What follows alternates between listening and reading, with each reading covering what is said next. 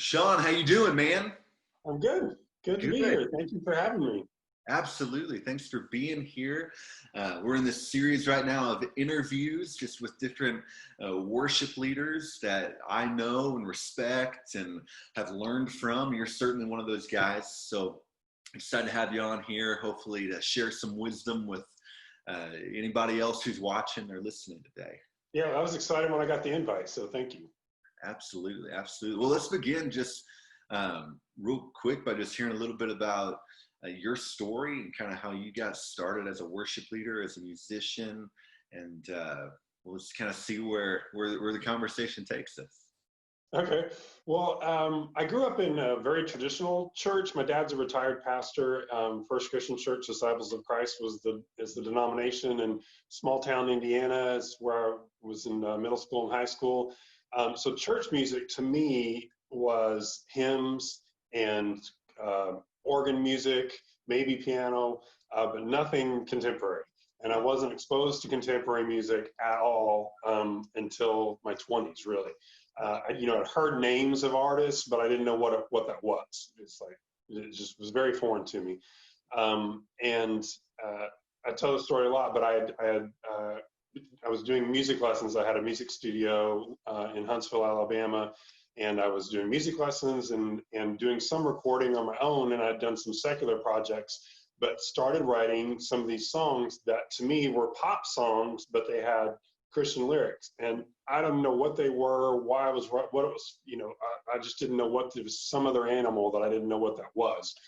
And thinking nobody's ever going to want to listen to this. You can't market it on popular music, and nobody at church is going to listen to it because that's supposed to be organ and piano, and you can't have drums in church music, And so that's where I was. And I played a couple of songs for someone that I knew, and they were like, "Oh, you should come sing that at my church." And I said, I can't sing this in church. It's got drums. Like, so you can't do that. And he's like, "No, we do this kind of music all the time." And that just blew open my whole world. I just had no idea that you could worship God with the kind of music that I really enjoyed, and just changed my life. It just changed the direction of everything that I was doing. I started writing a lot more, and that was what led to touring and visiting churches and doing concerts and things like that. And then as far as worship leading, I had done through college, and then in my early 20s too, done some choir directing at different churches. And so that was, again, part of that traditional background that I was used to. But as far as worship leading, that was something that was a gift to me in traveling and visiting churches, because I got to see it more and more in what worship music was and what praise and worship was and what a worship leader was. A worship leader to me was the person that went up and read the scripture. Sure. That wasn't, it had a whole different definition. Yeah.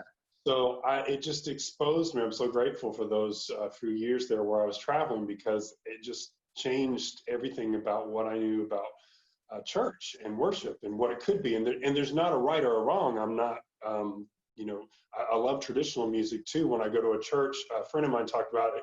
What really matters is that it's done well, that you're giving your best to God, and that you're presenting excellence before God. And so you go to a church that has a choir and handbells and the organ and all that, and they do it well, and it's beautiful, and it's a wonderful time of worship. The same thing if you've got a praise band and a worship leader or a worship team, and they've rehearsed to give their best to God.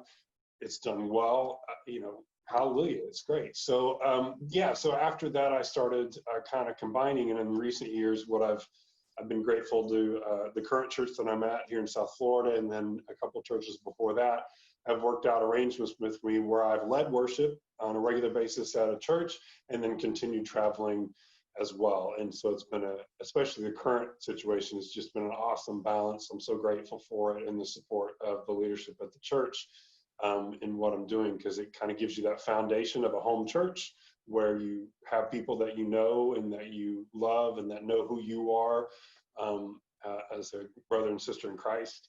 And so that when you're traveling, it just kind of gives you that connection back home. You feel like you've got that home base. So yeah, that's, I guess, in a nutshell where I got to. How did it change your obviously it changed things musically for you, but starting to go into other churches and seeing you can worship God in different ways with music that you like, did that change your relationship with God? Yeah, well, just to be able to worship, and again, I'm only speaking from a personal point of view. So, I know people who have amazing, intimate, powerful moments of worship with God in traditional settings. When choral music is being sung or organ music or whatever. So I'm just speaking for myself, but yeah, I remember my mom one time talking about how you can't clap in church. That's just shouldn't do that.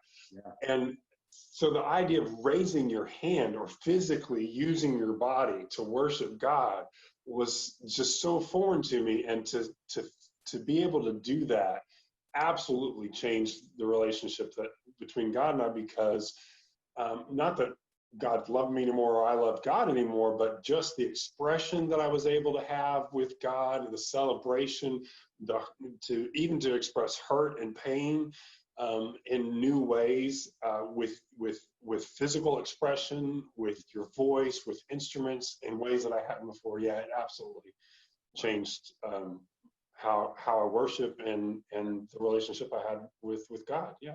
Wow. Yeah, I remember the first time being in a church service and looking up and seeing someone lift their hand, and it was just one of these, and I was like, that is the weirdest thing. Why would you ever do that? And then I remember the first time I did it in a worship service, and it changes something. Yeah. Or to vocalize something and say amen, and you're like, oh, who said that? And it's like, it came out of my mouth. What was that? Yeah.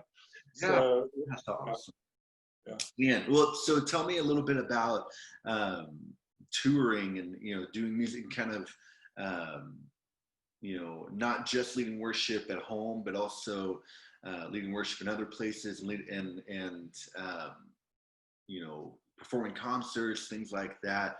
How are they similar? How are they different? When you're it's amazing how God sets things up for you, and you just don't even realize what's happening. When I look back, how one thing led into another, and if not for this, then this would not have happened, those kinds of things. And so, the more that I traveled, I started touring full time in 2003. And the more that I was traveling, for full time was for several years. And then, like I said, I've had these relationships on and off with different churches where I've traveled part time and then leading worship.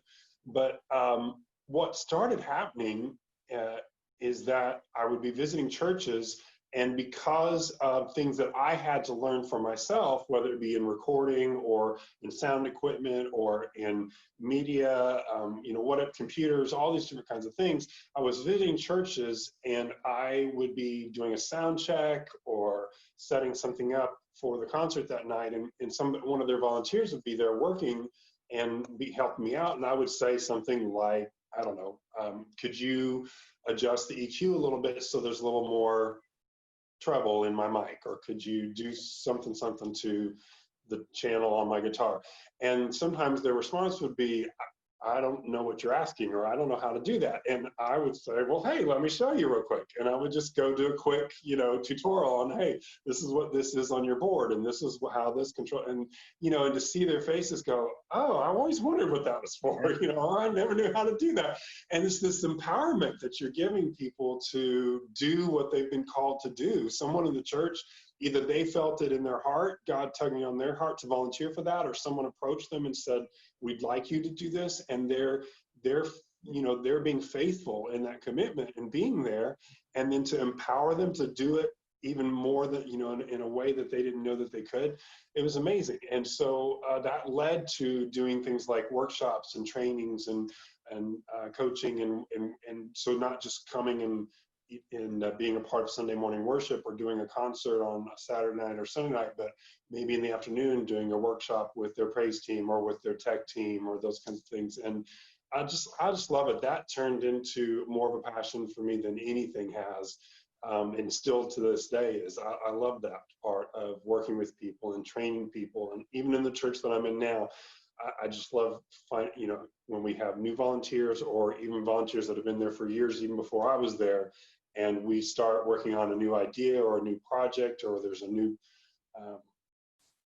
piece of tech or something that's introduced to what we're doing, and just to see their eyes light up and go, oh, this is great, what a wonderful new way for us to do something. So that's a passion I didn't even know I had, and it drives me more and more every day, just to empower people. And I know you can relate to that. We've talked about that, you and I, so many times, just seeing that look on someone's face, the aha, oh, I get it, Go, oh.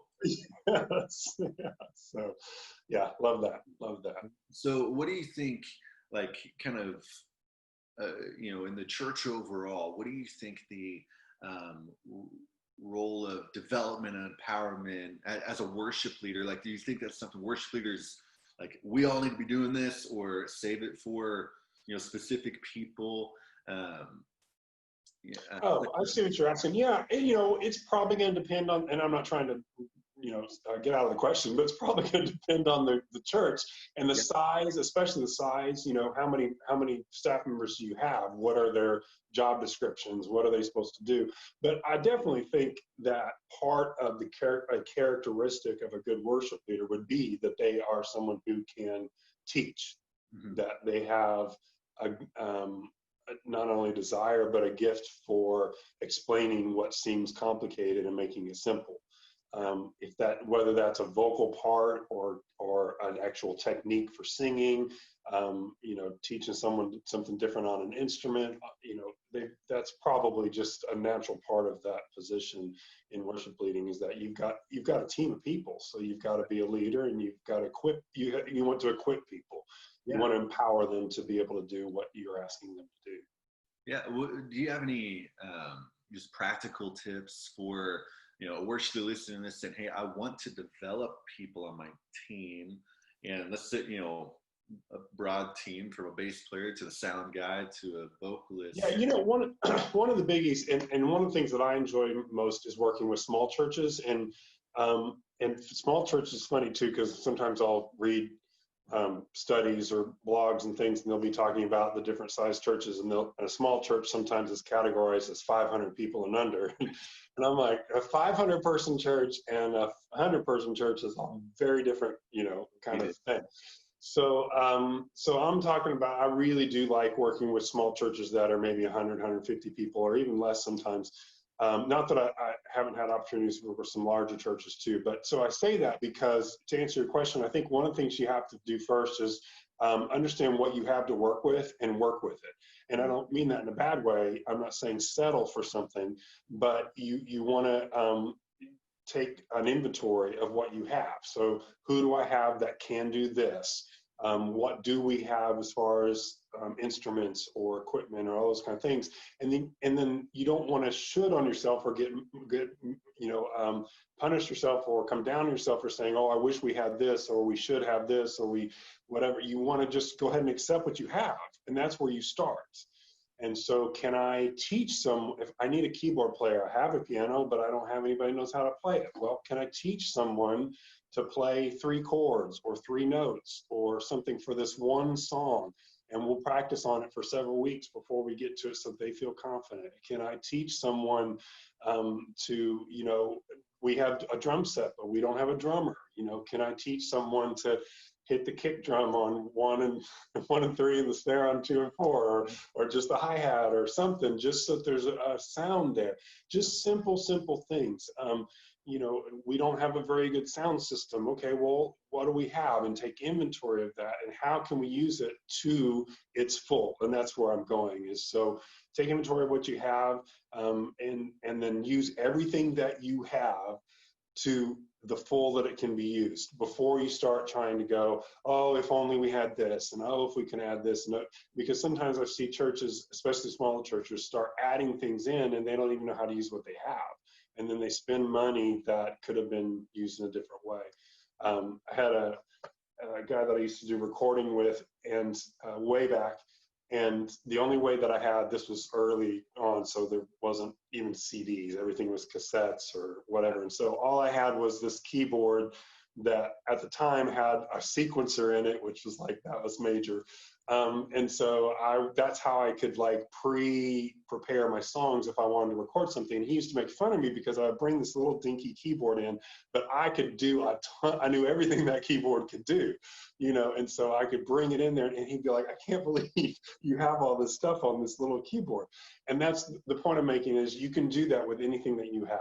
Do everything, learn everything about it that you've got, about the people that you have, what their abilities are, what their talents are, what their likes are, what motivates them, about any equipment that you have, any instruments that you have, and use it to its full. Just anything that it can do, find out about it and use it or them to their fullest potential. And that's a great place to start as far as how to build your worship team.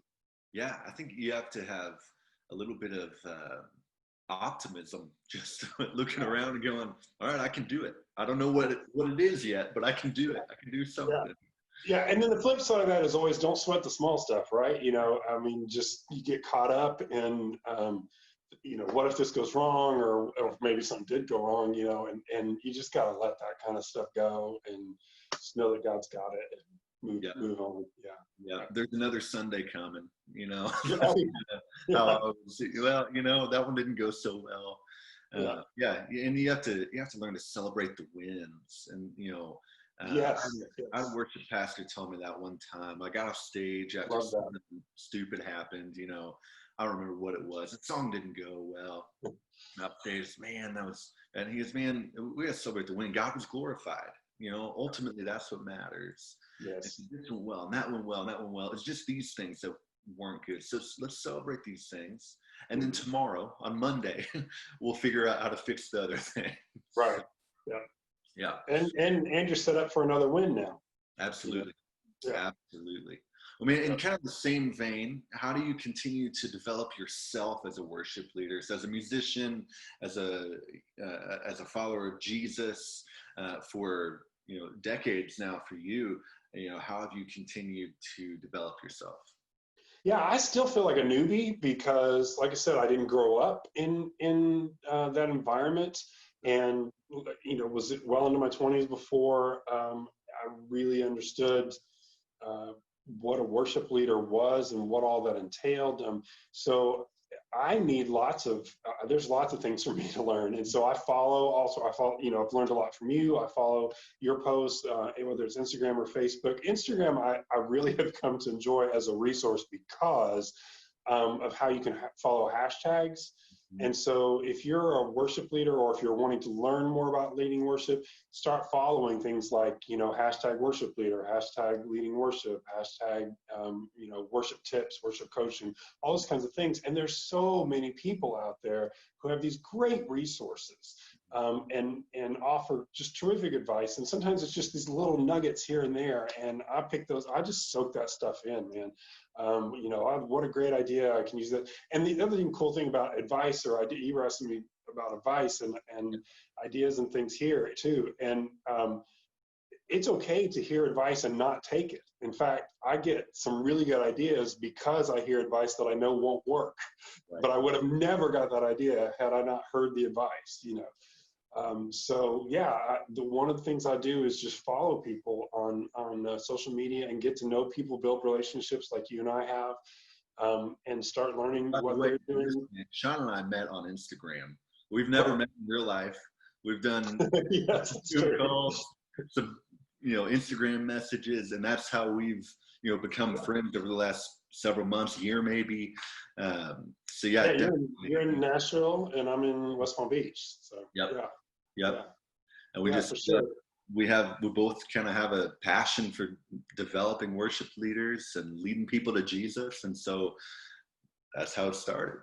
Yeah, so definitely that's building that community of people. And in this time right now, I just love how worship leaders have come together and are sharing resources, especially when things first started and all of a sudden you couldn't go to church in person and everybody was like, no, what do we do? Especially small churches, because they may not have even been set up for live streaming at all, and so there were just so many things out there where people were going, hey, we're trying this, and hey, we're doing this, and hey, this worked for us, but we can't figure this out. Anybody got any ideas? And I just saw all that communication and community and support going on. It's amazing. It's great. I love that. Well, speaking of, what's something major you've learned during this time as this weird time crisis? What's something you've kind of picked up or taken with you? I think the lesson I'm in the middle of that I haven't learned, God's like working on me, is trying to find a balance. And this isn't a musical thing. It's kind of more of an internal spiritual thing, I guess, or just a faith. It's a faith thing.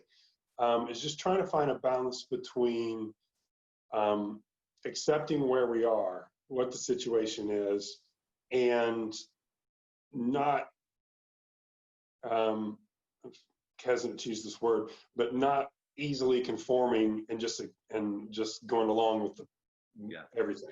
At some point we need a plan to move forward, I guess is what I'm saying.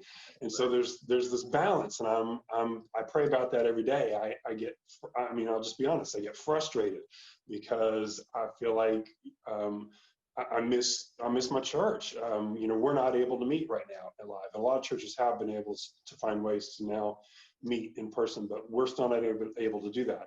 And that's hard. It's not just hard on me, but it's hard on our church, and it breaks my heart, that there's people that feel lonely or that feel separated and feel like maybe they're going through something and now they don't have a way to reach out to people and just to be able to worship too in person. So I'm just confessing I've got that frustration, and I have to find a way to accept that that's where we are today, that we turn our worries over to God, that we don't focus on yesterday, this is where we are. But I also want to balance that with not just saying, okay, well, so now we give up and we just accept this as the way it is. No, it can also mean acceptance can mean we have a new challenge in front of us. So how do we move forward? And what do we do next? And, how do we continue to support those in our church that we love? Yeah, absolutely. I'm with you in that that battle, trying to, just pray about all of this and not let my natural, instinct, take over and go, all right, God, what are you saying right now? Yeah, and hey, listen, I don't envy any church leader right now. I'm so glad that I'm not an elder, a deacon, or a pastor, these decisions that church leaders are having to make, God bless them. It's hard. It's hard. Yeah, pray for your pastors, for sure. Yeah. For sure. What's something, or kind of change a little bit here again too, but what's something that any advice you would have for a young, a new, an aspiring worship leader, someone who's maybe led 3 or 4 times and they're going, I don't even know if I want to do this yet. They have a guitar, and so they keep asking me to play. What's something you would tell them? Yeah, that can happen at any age where you get all this, because I've done that to people. I'm like, hey, I noticed you can sing, So, but for young people in particular, I was on there was a youth camp here in South Florida that's held annually, but this year they had to do the whole thing online or virtually. And so I had an opportunity to be a part of one of their sessions a couple weeks ago, and there was discussion about contemporary worship versus traditional worship, and the youth wanting to bring in more contemporary music and all these kind of things. And anyway, one of the things that I did kind of caution or give as advice, I guess, for lack of a better word, to some of the youth was, and I can say this now because I'm over 50, I'm 51. So, but a lot of times, you don't look it. Well, thank you. I appreciate that. A lot of times I've noticed, and we all did this when we were younger, you get very excited about whatever it is that you're wanting to do. And it's difficult to not understand that sometimes resistance isn't a no, or that resistance to your idea from somebody who might be older or who's been in church longer isn't that they don't want you to worship the way that you want to worship. In fact, they want that more than anything. But sometimes there's wisdom and experience in the discussion that they're wanting to have with you. And so I would just say to anybody that's a young person that's in worship leading already, or that's starting worship leading, or that's being a participant in a team or whatever. And sometimes some of these kids I was talking to, I mean, they are the worst. They've got the responsibility on their shoulders. It's a lot. Some of them are in smaller churches, and they've been asked to lead worship. So it's not like they're just part of a team. And then other ones are participating as part of a team. But so to those kind of people, younger specifically, that are in those responsibility kind of roles, I just would continue to say, it sounds funny because, like I said, I'm now one of those elders, but look to your elders, and respect the experience that's there. And that doesn't mean that it, in any way diminishes the value of what you have to bring. But to combine those two things, think how powerful that is. So you want to listen to the experience that's gone before you, because you don't know sometimes the history of your own church, things that may have happened in the past, and that they're just trying to be cautious of so that a problem doesn't arise that you may have no idea about. There's always wisdom there and experience in what's going on, and God's in that when someone is speaking to you from experience. So I would just say listen to it. Very cool. That's good advice. Well, man, we got to wrap it up. But before we do, tell us, where people can find you, what you're up to. I know you've been putting some music out during this time. I appreciate that. Yeah. So, well, my main website is ShawnThomasOnline.com. And I do have so obviously touring is very different right now and is not really happening. I know there's some major artists who are able to figure that out. And I've had some opportunities from maybe in the future doing some outdoor type things. But for the most part, I'm not able to get around and tour like I was doing before. So being creative, like a lot of artists are right now, and trying to find new ways to do online concerts. So I've got one coming up August 2nd that I'll just plug real quick. Yeah. That'll be a Facebook Live concert. August 2nd is a Sunday. It'll be 6 p.m. Eastern time. But I'm on Instagram and Facebook now. It wasn't before. And then in Twitter as well. And then, like I said, through the website, you can find out all about that, how to tune into that concert. That'd be great. Love to see y'all there. It'll be completely live, nothing pre-recorded, so I'll actually be able to interact with you and have some conversations and things too. So that'll be cool. But yeah, I'd love to. Beyond that, I love meeting people. So if you're a worship leader, or if you just like, if you just love God and you love to worship, send me a message, send me a direct message or anything like that online on social media, and love to meet you. Awesome. Well, thank you, man. Thanks for being on. You've been such a good friend to me and to worship leader coaching. So super. Yeah, God bless you, man. Thank you. You've been a resource for me in many ways. So thank you. Thanks. That's awesome. I'm glad we can, benefit each other, if you will. That's how it works. By the way, Shawn didn't say it, but he posts every Wednesday on Instagram 60-second words on worship, and those it's just a quick video and usually some text adding to it underneath that is great insight for worship leaders. So check those out too. Shawn, thanks again. We'll have to have you on again sometime. All right, thank you, brother. Appreciate it. See you, man.